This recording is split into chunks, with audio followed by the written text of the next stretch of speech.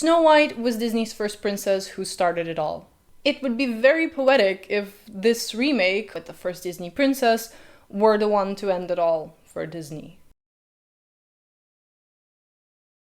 I think this is absolutely irrelevant to talk about, but I do have mixed feelings about this topic because I don't want to be too harsh on Rachel Zegler. She's a little bit younger than me, and while I don't think I personally was ever this smug or entitled at her age or otherwise, I'm still trying to have compassion. And I know that this kind of attitude generally gets smoothed out by maturing and by experience, though Hollywood doesn't really help with that a whole lot. But on the other hand, it's very difficult not to criticize someone constructively who says stuff like this and acts like that. Standing there 18 hours in a dress of an iconic Disney princess, I deserve to be paid for every hour that it is streamed online. The original cartoon came out in 1937, and very evidently so. There's a big focus on her love story with a guy who literally stalks her. Yeah. Weird. Rachel is a public figure after all, and she's at an age where she might not be the most tactful, but she's certainly old enough to know that words have consequences and that the internet is forever. Especially when you're playing an iconic Disney princess and still you're giving interviews with the attitude that Zegler has. Furthermore, I think to Rachel's misfortune, she is in the deepest pits of the Hollywood bubble. Out of touch with reality, most likely surrounded with people who feed her this ideology, and with her career seemingly on the rise, although that remains to be seen, she's probably letting it all go to her head a bit. Of an iconic Disney princess, I deserve to be paid for every hour that it is streamed online. Okay, a lot. She's letting it go to her head a lot. Now, if rumors are to be believed, Rachel Zegler wasn't joking when she stated that I just mean that it's no longer 1937, and we absolutely wrote a Snow White that is not going to be saved by the prince. She's not. fair enough, she may not have written anything herself, but according to this article, Rachel did apparently want to have some directing influence, input in Disney's newest remake. According to the article, which will be linked down below, Snow White's director, Mark Webb, was apparently not very happy with Rachel Zegler's comments about the remake that she's giving in interviews, and because she allegedly wanted to, quote, water down the romance between Snow White and the prince, and she also allegedly offended Webb by criticizing the Amazing Spider-Man franchise that he directed.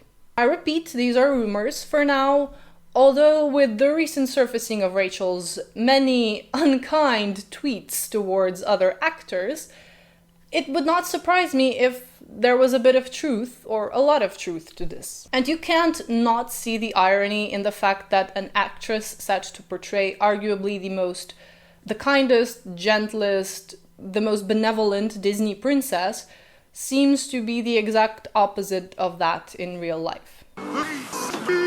Always right.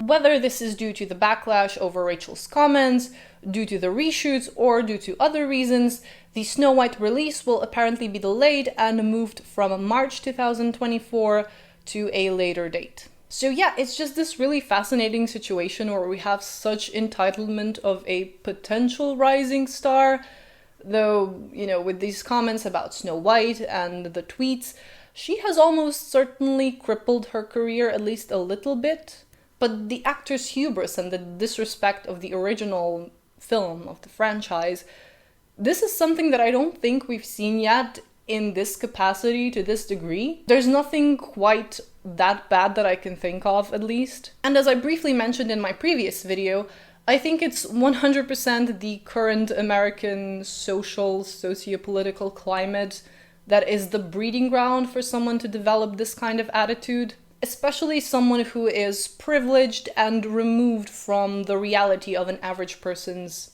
day-to-day life. And you know, you have these modern-day feminist ideologies reaching new heights that are so high that there are in fact lows, I would argue, and have practically made a 180 turn. And there was this really insightful comment that one of you, my subscribers, left in under another video, saying how traits that would be considered toxic in men are now praised in women, it seems, in female characters, in movies and such. And I definitely think there is something to this, But also, Rachel Zegler is probably one of the victims, but also proponents of this type of ideology. I'm not trying to diminish her agency. She's a strong, independent woman after all, who can think for herself and is therefore also responsible for all her actions and words. But I do think she was made to believe, either by spending too much time in Twitter echo chambers or by the environment in Hollywood, that a strong woman needs no man, no romance, no love. Made to believe that having emotions and being vulnerable diminishes your strength. Made to believe that this is something that people in the real world, outside of the internet, want to see in their Disney princesses. Women who disregard and mock emotions and are instead driven by the pursuit of power. And I think this stems from a misinterpretation and misunderstanding of other strong female characters. Rachel has proven that she doesn't really understand the strength and appeal of Snow White, who is a traditionally quite feminine character. It's really not about the love story at all, which is really, really wonderful. So it's not surprising that she also wouldn't understand the strengths of non-traditionally feminine characters, and that she's interpreting the quest for power as strength. Let's look at Mulan. Mulan never dreamed of becoming a leader. At the core, what guided her was love. Love for her country, for her family, for her father. She took up his sword not because she wanted to, yes queen, slay the Huns, but because she wanted to protect and serve her family. Not only did she not seek power, but in the end she rejected power when it was offered to her. The enemy was destroyed and China was safe. She did what she set off to do, and much more. So in the end, she could choose her old values: family, privacy, not the spotlight. And when finding love, she didn't say, "Ew, this is so last dynasty." Very evidently so. She embraced love. And ending up with Li Shang took nothing away from her bravery and fearlessness and accomplishments. Saying yes to love didn't make her weaker, but in fact stronger, because now she had everything.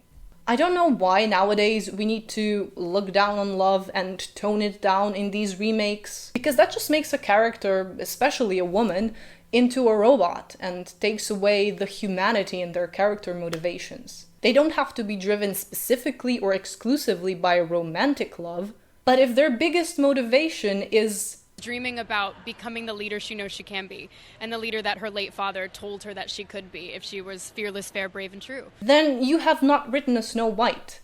You have written a judge. Congratulations. Thank you guys for watching and sticking around till the end of the video. As always, share your comments down below. Please like and subscribe to help this video reach a wider audience. And as always, take care, and I will see you soon. He is always right.